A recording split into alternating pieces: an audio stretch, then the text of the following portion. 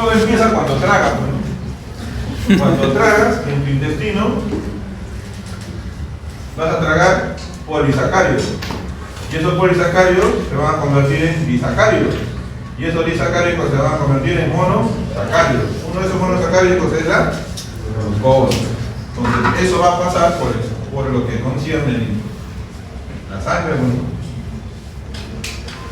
Entonces, para que se transforme esto en disacárido monosacárido, se refiere a la alfa-glucosidasa, ¿no? Ahí se requiere eso. Muy bien. Entonces, la glucosa pasa para acá. Pasa al valor normal. ¿Cuánto es aproximadamente el valor normal? De 80 a 100. O de 80 a 90, pero es menos de 100. Bien. Entonces, esa glucosa es el principal interruptor para la secreción de insulina. ¿Dónde se secreta la insulina? En el páncreas. Vamos a dibujar las células beta. Entonces, la célula beta tiene un transportador que se llama GLUT2. Este transportador lo que hace es una difusión facilitada. Lo que hace nada más es captar a la glucosa que está pasando por acá, y meterla, la mete. Una vez entrada la glucosa, rápidamente se tiene que fosforilar. Esa fosforilación lo hace la glucosidasa, ¿correcto? Luego pasa a fructosa 6-fosfato, fructosa 1,6-fosfato, dihidroaldehído y la dihidroxiacetona. ¿Sí? Correcto, que hace una transformación. Esta no hace nada, no tiene que transformarse a aldehído, ¿correcto? Luego del aldehído, ¿qué pasa a formar? Piruvato. Y del piruvato, acetilcoenzima A. Y del acetilcoenzima A entra la mitocondria que hace ciclo de Krebs, que arroja dos porciones, ATP, FATH, NADH. ¿Qué más arroja? Glutamato. ¿Cierto? El FATH y el NADH es usado en el complejo 1, 2, 3, 4, citocromo P y tubumitina, ¿no? En el complejo de respiración, que va a usar media molécula de oxígeno para transformar todo esto también a ATP. ¿De acuerdo? Entonces, este ATP es importante para alguien. ¿Para quién? Para un canal de potasio dependiente de ATP. ¿Qué es lo que lo hace? Lo inhibe. Entonces, al inhibir el potasio, no va a salir. Entonces, adentro va a estar repolarizado. Y afuera, entonces, ¿qué es lo que va a pasar? Se despolariza. Entonces, comienza a ponerse despolarizado. ¿Y qué va a pasar con eso? Hay un canal de calcio acá, dependiente de voltaje, que lo que va a hacer es hacer ingresar calcio. Entonces va a crecer el calcio intracelular como segundo mensajero, ¿correcto? Pero previamente en el retículo endoplasmático rugoso y luego en el retículo endoplasmático, en el aparato de Golgi, aparecen primero la propreinsulina, luego la preinsulina. Estos dos se despliegan, crecen como isómeros. ¿Ya? Son tres isómeros. Tenemos el A, el C y el B, ¿correcto? Y que se unen por puentes disulfuros. Entonces, una vez que sucede eso, pasan en vesículas a ser diméricas. Y solita por ahí está el C. Entonces, cuando se secretan como insulina y péptido C. Estimolado, ¿no? Porque cada dos cadenas hay una intermedio de C. Entonces, se van como estimulado. Muy bien. En este proceso el ATP, lógicamente por adenilato citasa, lo que tiene que ocurrir es degenerarse. ¿Y a qué se va a degenerar? A una AMP de tipo cíclico. Y ahí queda, ¿no? Para volver nuevamente al ciclo como segundo mensajero. Entonces, ¿qué más ocurre en esta célula? También hay receptores, como por ejemplo, receptores de las famosas sincretinas, que lo que hacen es aumentar el AMP cíclico. ¿Y para qué lo vamos a usar el AMP cíclico? Para hacer vertir insulina. ¿Quién más está acá? Las famosas células adrenérgicos tipo beta. ¿Qué es lo que hacen? Activar el AMP cíclico para que secrete más insulina. También están las famosas adrenérgicas de tipo alfa. ¿Qué es lo que hacen? Inhibirlo para que no secrete insulina. ¿Correcto? ¿Y quién más está? El glucagón. ¿Qué es lo que hace? Aumentar el AMP cíclico también para aumentar la secreción de insulina como respuesta, ¿no? ¿Sí? Ya. ¿Sí, no? ¿O no? ¿Qué cosa más hay acá? Hay también un receptor muscarínico, o sea, parasimpático, M3. ¿Qué es lo que hace? Aumentar la concentración de calcio intracelular y por lo tanto secretar más insulina. Entonces, de esta manera ya tenemos acción de secreción de insulina. Entonces, ¿qué otras cosas más hay acá? También hay receptores sexuales, más femeninos, los estrógenos y los progestágenos. Por eso que las mujeres son más sensibles para hacer diabetes durante la gestación. Doctor, ¿y la adrenalina en este caso aumentaría la liberación? Depende, ¿qué receptor va a activar? Muy bien, seguimos. Entonces, ya tenemos nosotros insulina, péptido C y tenemos glucosa circulando por el camino. ¿Sí? Entonces, la insulina se secreta mediante dos patrones, dice Guyton. ¿Cuál es el patrón? Un patrón basal y un patrón por carga. El patrón basal requiere una manera permanente y sostenida de secreción de insulina. ¿De cuánto es más o menos? 25 nanogramos por cada kilogramo por cada minuto, ¿no? Dice Guyton, ¿no? Entonces, esta secreción se logra gracias a los niveles normales de glicemia. Pero si yo le doy una carga, va a haber dos picos. Un primer pico y un segundo pico. El primer pico ocurre en los 3 a 5 minutos, luego hay un descenso entre los 5 y 10 minutos, y luego lo pasado los 10 a 15 minutos, hay otro pico de manera sostenida hasta las famosas 2 horas. Muy bien. ¿Qué es lo que logra esto? Lo que pasa es de que el sostén de 2 horas de secreción de insulina, o sea, para bajar el nivel de glucosa, lo voy a lograr gracias al famoso glutamato, que primero lo que va a hacer es verter lo que se esté formando nuevo, se forme, y luego el glutamato prácticamente va a ordeñar lo que ya se formó y se guardó para terminar de manera sostenida y permanente. Por eso es de que la insulina tiene una respuesta rápida y una más prolongada, que es más genética, ¿no?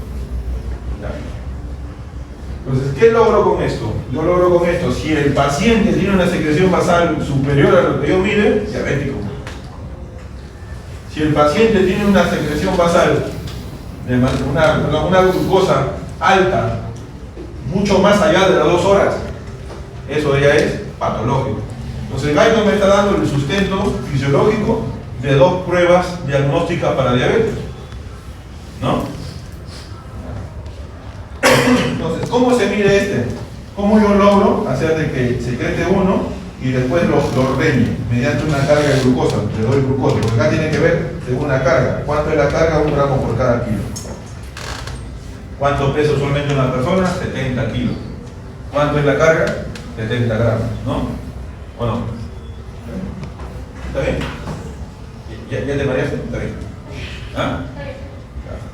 Entonces seguimos. Ya estamos metiendo acá los reguladores y los contrarreguladores, ¿no? Entonces seguimos. Entonces esto va a viajar a las células, ¿cierto? Y una de esas células importantes van a los crestos. Tenemos al hígado, tenemos a la grasa, al adipocito y tenemos al músculo. Entonces viene por acá.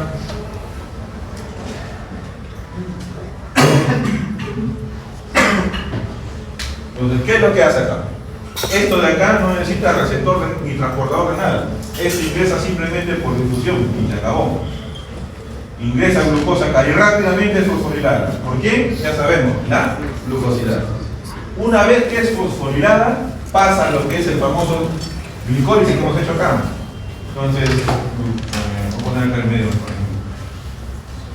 Va a marcar glucosa 6 fosfato, glucosidad. Entonces, va y va a formar piruvato y coenzima A.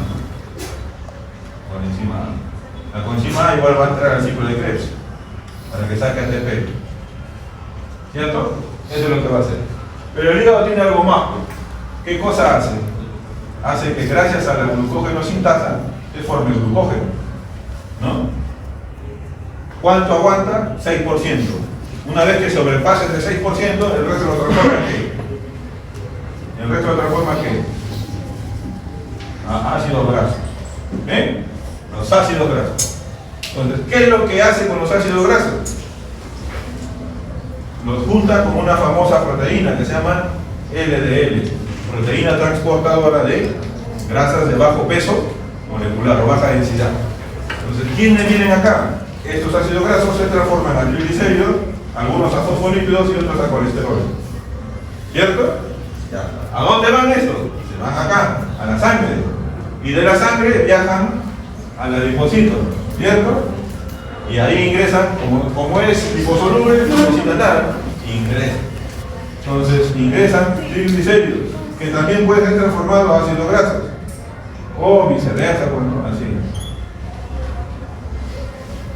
Entonces, esos triglicéridos que ingresan pueden ser transformados en ácidos grasos. Recuerden que no solamente viaja esto, sino también viaja ácidos grasos. Entonces voy a ingresar esto y voy a ingresar también ácidos grasos. Voy a decir porque no se parece. Entonces puede aparecer dos cosas. Entonces la insulina acá activa una cosa. Para que ingresen los triglicéridos tiene que activar una enzima acá que se llama lipoproteinasa para destruir esto, ¿no? Y hacer el ingreso. Entonces ya deposita triglicéridos. Pero si te vienen ácidos grasos, estos también pasan libres. Pero ¿cómo yo obtengo ácidos grasos? Acá activo una lipasa sensible a insulina. Entonces, gracias a eso, voy a hacer el camino a transformar triglicéridos. Y de esa manera estoy formando grasa. O sea, estoy ahorrando grasa o evitando el lipólisis. Entonces, gracias a eso, yo ya tengo. Entonces, ¿qué pasará si no tengo insulina? Entonces, todo este camino no va. Entonces, ¿qué va a pasar con esto? Van a quedarse acá. Ácidos grasos se quedan acá. ¿Qué va a formar? Atlerómano. Ahí explica lo que su compañero nos estaba diciendo en el tema de las complicaciones crónicas macro y microvasculares. Entonces, la glucosa que está acá sigue estando acá. Esa es otra explicación. Muy bien. Ahora, el cuerpo también necesita ácidos grasos. Entonces, tiene que destruir triglicéridos, formar ácidos grasos y volverlos a estar acá, ¿no? Entonces, esa destrucción, que es de triglicéridos y ácidos grasos, se hace gracias a un proceso que se llama beta-oxidación. Y esa beta-oxidación forma cuerpos cetónicos. El principal cuerpo cetónico que se forma es acetona es un derivado hidroxibutirato. Entonces, esa es la principal que se forma. ¿Cuántas moléculas dice? Mil equivalentes, menos de un mil equivalente. Eso es normal, de manera natural, así, beta-oxidación. Entonces, esa beta-oxidación se logra gracias al insulina. Muy bien. ¿Qué más por acá transportan? También transportan aminoácidos, que también se van al músculo, ¿cierto? Entonces, estos aminoácidos luego van a ser formados como proteínas. Pero acá también sucede ingreso de glucosa. ¿Y qué es lo que hace la glucosa? Igualito acá, pues, forma ATP. ¿Para qué? Para hacer contracción muscular, ¿no? Ya está. Entonces, ¿qué es lo que hace la insulina? Esta es ingresada por insulina. ¿Qué es lo que hace? Insulina forma proteínas, ahorra lípidos y usa glucosa. También deposita glucosa y también forma ácidos grasos para ser depositados, no para ser usados. ¿Sí? Doctor, disculpe, en el caso del imposible, ¿ustedes creen que con la insulina no va a generar que el GLUT4 se transbloque para la entrada de la glucosa? Este es el transportador. Ahí, ok. Lo voy a poner acá, que no se enoje.